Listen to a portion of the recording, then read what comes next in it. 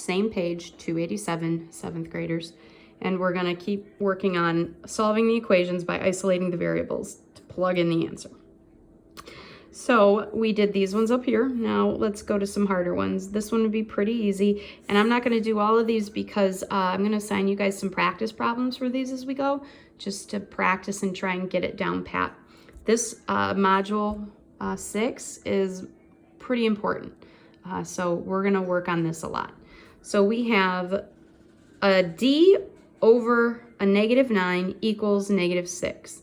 This right here is what type of problem? Are we adding? No. Are we subtracting? No. Are we multiplying? No. What's the fraction sign mean, guys? It means you're dividing. So to isolate the variable, you have to get it alone and you have to move the numbers on the other side. What is the opposite of division? It's multiplication. So you're going to be multiplying by the number on each side to then get that letter D, the variable alone. So we go times -9. I'm just kind of doing it off to the side. They have this whole fancy way of showing it that explains why this works. We're just rushing, so we're gonna get through it. It looks like it's got a little hat on. All right, so if you were to have this, it would minus itself out, or cross itself out. It's gonna leave you with 0, and you get just the letter D, the equal sign. And then you bring that times a -9 over here, because we did times -9 times -9.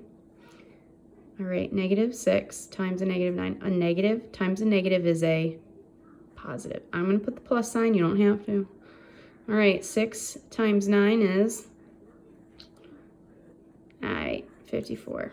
So now if we were to have 54 and we plug it in here, does 54 divided by -9 equal -6? We'll check. 54 divided by 9, yeah, it's 6.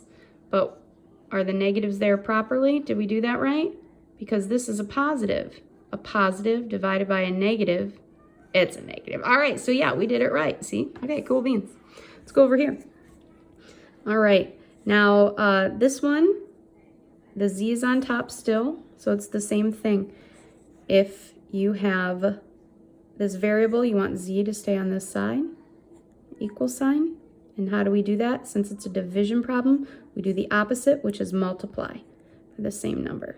Because what we're really doing is we're going by, like, it's over 1, we make it its own fraction. But you don't need to worry about that. Just times it by that number, because that number is what you need to do over here. So we're going to times it by a -8. I'm sorry it keeps going fuzzy. That's annoying. All right, so now you have a big number. Feel free to use a calculator, okay? Or you could set it up over here. So we'll just quick do a 15 times, 8. And it's a -8, so a positive times a negative is going to be a negative, right? And 8 times 5 is 40. 8 times 1 is 8, 9, 10, 11, 12.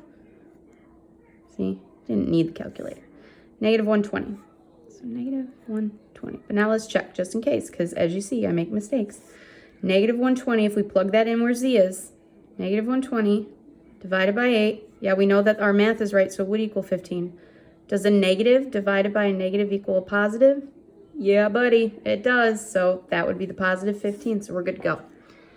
All right, now let's do one. Oh, they don't have the other one. We got the fractions and decimals. So we're going to stop that. I'm going to then flip backward here to where we do the dividing. And that is, oopsie, it's going so fast. Okay, this one. I don't know why they don't have that in your problems there. That's so stupid. So if you look over here, this is your problem here. A number by a letter means you're multiplying. So to isolate the variable, you have to do the inverse operation. What is the inverse operation of multiplying? Dividing. So you see they divide by that same -8. -8, 24 divided by a -8 is, what's 24 divided by 8? It's 3. And it's a positive divided by a negative, so it's a negative. So that's cool beans. And look at that. Oh, you can check it. Look, check your solution. I think this is on your test, and I'm totally going to have it on there. Normally I don't make you write sentences, but if you plug in your number where the variable is, that's how you check your solution. So it says -3. So if we plug in -3 here, -3 times a -8, you will get a positive 24. That's how you check it. So yeah, it is -3. Now where's their practice? Oh, it's up here. All right, so here's the last one we're gonna do, and then we'll wrap this 6-1 up. Oh, let it get clear. There we go. Oh, no. Oh, it's so fuzzy. Okay, here we go. Nope, JK. All right, it's a little fuzzy. I'm sorry. All right, so -6a. That's multiplying. So we got to do the opposite. We divide. What are we dividing by? What's this number? -6. So we divide by a -6.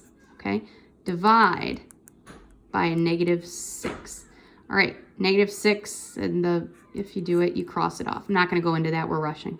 Okay, but just know that this cancels each other out, because how you do it, you set it up different. It cancels each other out. Just know it.